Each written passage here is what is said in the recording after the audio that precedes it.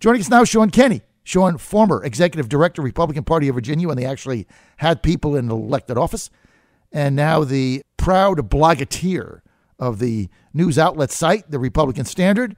Shaun, great to have you, man. Thanks for having me on. I appreciate it.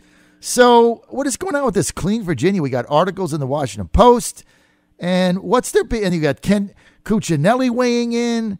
Why are they demonizing Dominion Energy when they've got their rates are 32% lower than anybody else in the area? What's their beef here? Well, you always have to ask the question, right? Who benefits? And the clear answer for this, and it's something that's been commented on by a number of people in the intel community, is that it's the Russian Federation. And so, that sounds like a jump. So let's rewind that back just a little bit.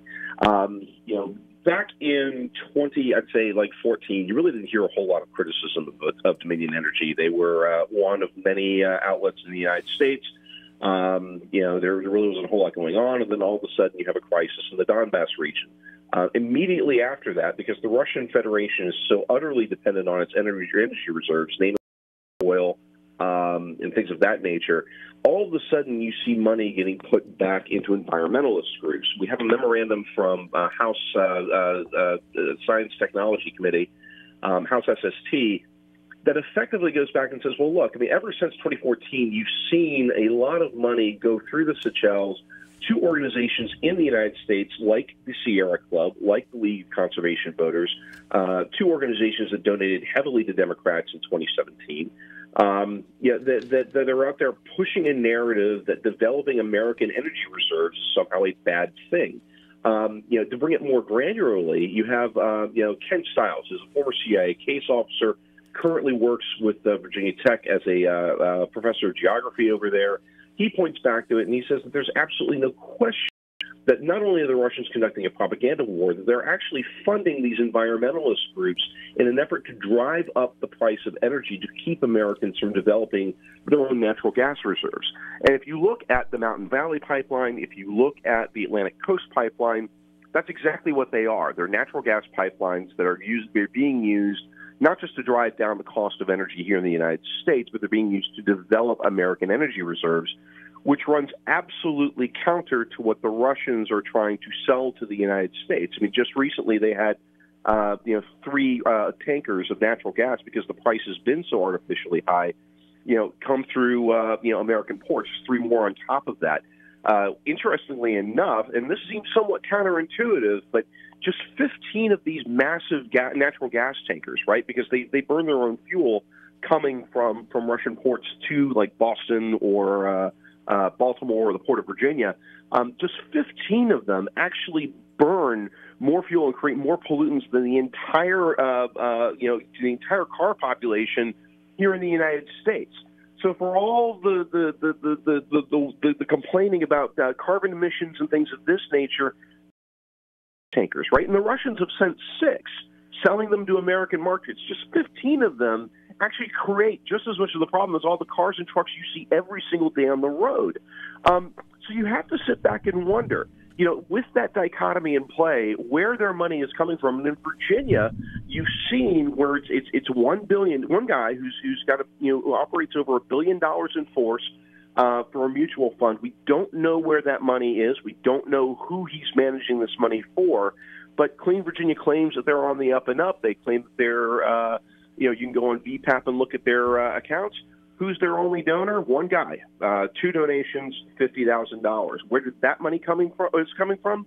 We don't know. You look at certain news outlets that have cropped up in Virginia. The Virginia Mercury, for instance. We know that the foundation that backs them not only has different foundations all across the South where you have major ports of call, but we don't know where that money is coming from. It's all washed through a foundation. We know that Virginia Public Access Project was very eager to participate in pushing not just stories from the Virginia Mercury slamming Dominion, but actually promoting stories that attack Dominion Energy overall. Why did all of a sudden did this occur? Who gave them resources in order to do that? Was it a quid pro quo? There's a lot of stories here that as we start going through and saying, well, what are these attachments and why all of a sudden is Dominion Energy this great big issue among certain outlets of the left?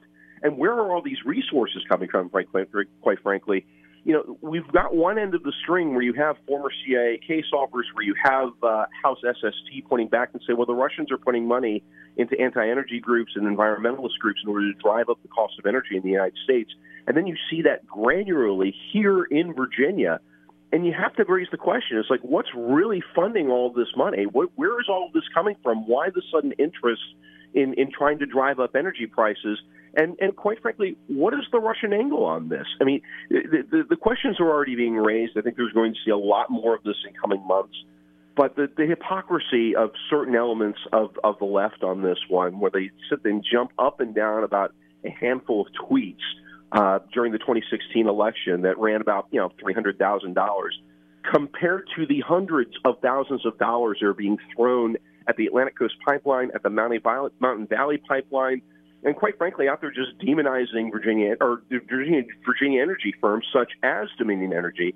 It just doesn't add up. All right, so Shaun, let's just bottom line this. So what you're saying is there's organic opposition to the pipelines from those that don't want fracking, don't want natural gas, don't believe in pipelines, even though it's been proven over and over and over, if you're going to transport gas, there's only three ways, right? Truck, train, pipeline.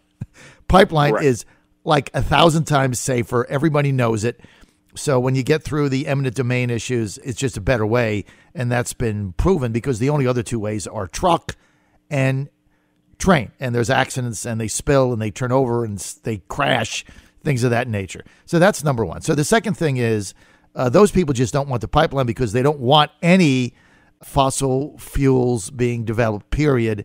They somehow think they're going to power the country on wind and solar. So they're going to oppose it no matter what. Then you got the eminent domain people that don't want the pipeline through their backyard. I get that. But what you're suggesting here is now we've got another factor that perhaps those foreign countries, Russia, obviously, who are a natural gas exporter, oppose these pipelines because it makes it more than difficult for us to get the gas that we need from point A to point B, and they become an alternative. Case in point, which an example I brought out a couple weeks ago, in Western Massachusetts last winter, they simply ran out. It was cold. They ran out of natural gas. They ran out of heating oil. So the pipeline from West Virginia, for wherever it was, from Ohio Valley, to Western Mass was stopped by the same groups. And so what the Massachusetts government had to do is they had to buy gas from the Russians on ships, much more dangerous, polluting the air at 10 times the cost of the pipeline.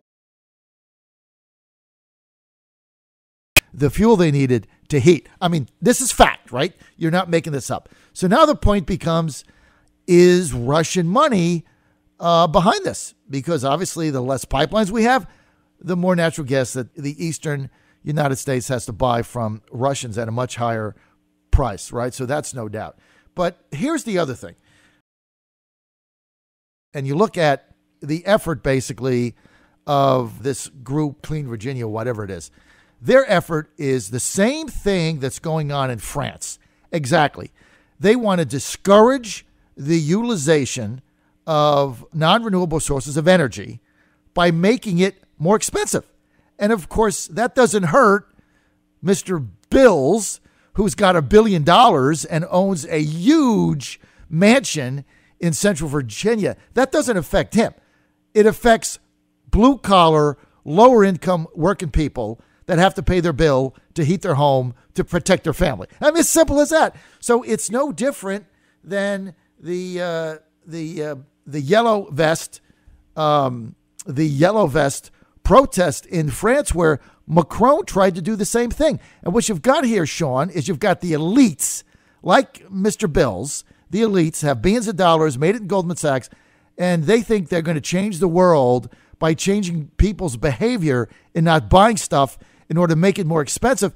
But it has no impact on them or their cronies or their family. But here's who it impacts. The guy working 2 jobs, trying to buy a Christmas gift for his 3 children somewhere in Virginia or somewhere in America. And so, again, same old story we get. It's the economic elites in Washington or somewhere else versus working people that are trying to survive. And they think they know best. Yeah, and this has nothing to do with Michael Bills and his love of the environment at the end of the day. This has everything to do with Michael Bills and his love of dollar bills. We have no idea who his clients are. We have no idea who's financing his hedge fund. We have no idea what their interests are. And at the end of the day, there's questions that have to be raised. I mean, is he doing this at the behest of his clients? More than likely, it's business at the end of the day. That's Wall Street. And you're absolutely right. When you point back at the Yellow Jacket movement over in France, Macron was trying to do precisely the same thing that you see going on with these environmentalist groups, that at the end of the day, when you drive up energy prices, that only makes Russian oil much more attractive to American markets. And that again, it all points back to a monetary benefit. I mean, this is the cost. This is what happens when we don't develop American energy, is that we end up not just not using them or developing alternative forms, we end up relying on Russian energy. And that doesn't benefit the United States, and it certainly doesn't benefit the American worker. It benefits the Russian government. And again, these are the questions that really haven't been asked yet. But again, you hit the nail on the head. This is one more game of elites against the working man. And at the end of the day, it's not going to be Michael Bills who has to go from a 7-bedroom house to a 5-bedroom house. It's going to be working-class families that have to find another $100 a month in their energy budget in order to pay for gasoline, in order to pay for their heating bills and things of that nature. It's just not fair. The bottom line, Dominion Energy's rates, as compared to the nation, 18% lower per month. Average bill $115, just under that. Bottom line, Dominion Energy rates, as compared to other states in the Mid-Atlantic, 32% under. I don't know where the criticism is going to come here on their rate structure, and I think the General Assembly has done a good job. And I'm for these pipelines because I'm for cheaper energy, more energy, because it means jobs for working. The deal is, but they don't want jobs. Shaun, so Dominion Energy, they have lower rates than anybody in the region, lower rates by almost 20% nationally. They're trying to create jobs through these pipelines. It's an economic advantage to Virginians. That's why Terry McAuliffe is behind the pipeline. That's why Ralph Northam is behind the pipeline. Any Democrat out there, Shaun, that wants jobs is behind the pipeline. So this opposition, it makes no sense to me because they're costing Virginians good jobs. And at the end of the day, I mean, let's be very clear about this. I mean, Sierra Club, League of Conservation Voters, they initially backed Tom Perriello over Ralph Northam. When Ralph Northam won the nomination, they put in millions of dollars, 7 figures, in order to try to get Northam over the line. Why? Because they knew that Gillespie was going to be very much pro-energy. And this is what really confuses me about the sudden rise. And it's only been over the last 18 months, really, where Dominion Energy has become this boogeyman among certain quarters of the left. It's that all of a sudden we've taken an institution which is prevented from making a profit, right? I mean, they can only make 8 to 10% because they're a state corporation commission committee. I mean, tell any businessman in America that they can only make 8 to 10% profit. Tell Michael Bills that. Have him explain to his donors or his hedge fund donors why he only got an 8% ROI. But here you have an institution that does so many good things across the Commonwealth, right? Whether it's at Williamsburg or in Richmond with the performing arts and things of this nature, and all of a sudden it becomes politically viable, not just to turn against them, but Clean Virginia and whatnot. I mean, they've actually put bounties on anybody who takes money from Dominion Energy. $20,000 if you run against a candidate that takes corporate money, quote unquote. There's a name for that sort of activity. I don't think it's, but that's the sort of, the vitriol that's sort of been injected in this. I think it's caught a lot of observers off their guard. I mean, there's always been critics about, how much money. I got to roll, Shaun. I got to roll. I'm getting to bottom of the hour. I want to thank Shaun Kenney for being with us. Shaun, thank you. Well, we'll have you back.